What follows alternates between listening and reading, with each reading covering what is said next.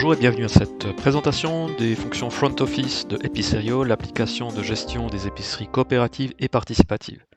Les modules disponibles dépendent des droits, du rôle de chaque utilisateur. Donc les utilisateurs peuvent en principe acheter sur place des produits. Pour ceux qui sont autorisés à commander en ligne, ils ont aussi un deuxième bouton qui leur permet de commander en ligne. Ici, ils peuvent voir la liste des produits en stock à l'épicerie, ce qui leur permet peut-être de planifier, de venir quand les produits qui les intéressent sont disponibles. Pour chaque produit, ils peuvent afficher aussi le détail avec des informations sur le fournisseur, le responsable de produit, les ingrédients, etc. Et puis ici, pour les membres qui ont l'accès qui ont le rôle caissier, ils ont aussi un module caisse qui leur permet d'encaisser ce que les clients visiteurs, les paniers que les clients visiteurs ont constitués. Ici, il y a un module pour gérer les commandes en ligne.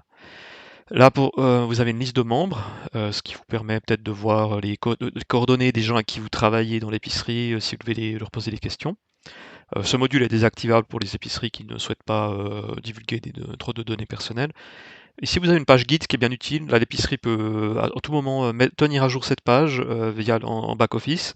Vous pouvez mettre dedans des informations essentielles pour vos membres, des liens vers des documents vers votre intranet, par exemple la charte, les informations sur les heures d'ouverture, voilà. Et ici, vous avez un bouton qui vous permet d'ouvrir la porte. Donc ça, c'est pour les épiceries qui sont équipées de notre système Ecoloc de porte connectée, qui permet aux membres d'accéder à l'épicerie directement en déverrouillant la serrure par un bouton dans l'application. L'application est aussi utilisable en mode sombre pour ceux qui préfèrent, pour le confort visuel. En haut à droite, le solde du membre est indiqué. Si on clique dessus, on obtient un QR code et aussi le IBAN et le numéro de référence qui nous permet d'approvisionner le compte. On peut aussi télécharger un bulletin de paiement PDF qu'on peut imprimer pour faire un paiement libre. Ici dans le solde, si je clique sur mon profil, je vois en fait les personnes qui constituent mon ménage. Donc là je suis seul, mais je pourrais ajouter un enfant ou un partenaire qui fait partie de mon ménage. Et il faut savoir que les utilisateurs du ménage on partage le même solde. Donc les parents peuvent envoyer leurs enfants faire des achats à l'épicerie, et puis c'est le compte de la famille qui paye. J'ai aussi la possibilité de voir ici l'historique de mes écritures, donc je peux voir les achats que j'ai faits, et je peux voir quand est-ce que j'ai approvisionné mon compte. Si je clique sur une écriture, je peux encore demander qu'il m'envoie une quittance par email si j'ai besoin d'une pièce comptable de mes achats après coup. Ici, je peux voir mon compte IBAN, le modifier, sur lequel je veux recevoir des éventuels remboursements. Je peux également faire une demande de remboursement si j'ai besoin je veux recevoir en retour l'argent qui est sur mon compte prépayé.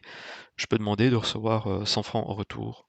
Voilà. Je peux éventuellement motiver ma demande, et là, la demande va être traitée par le comptable à la prochaine échéance.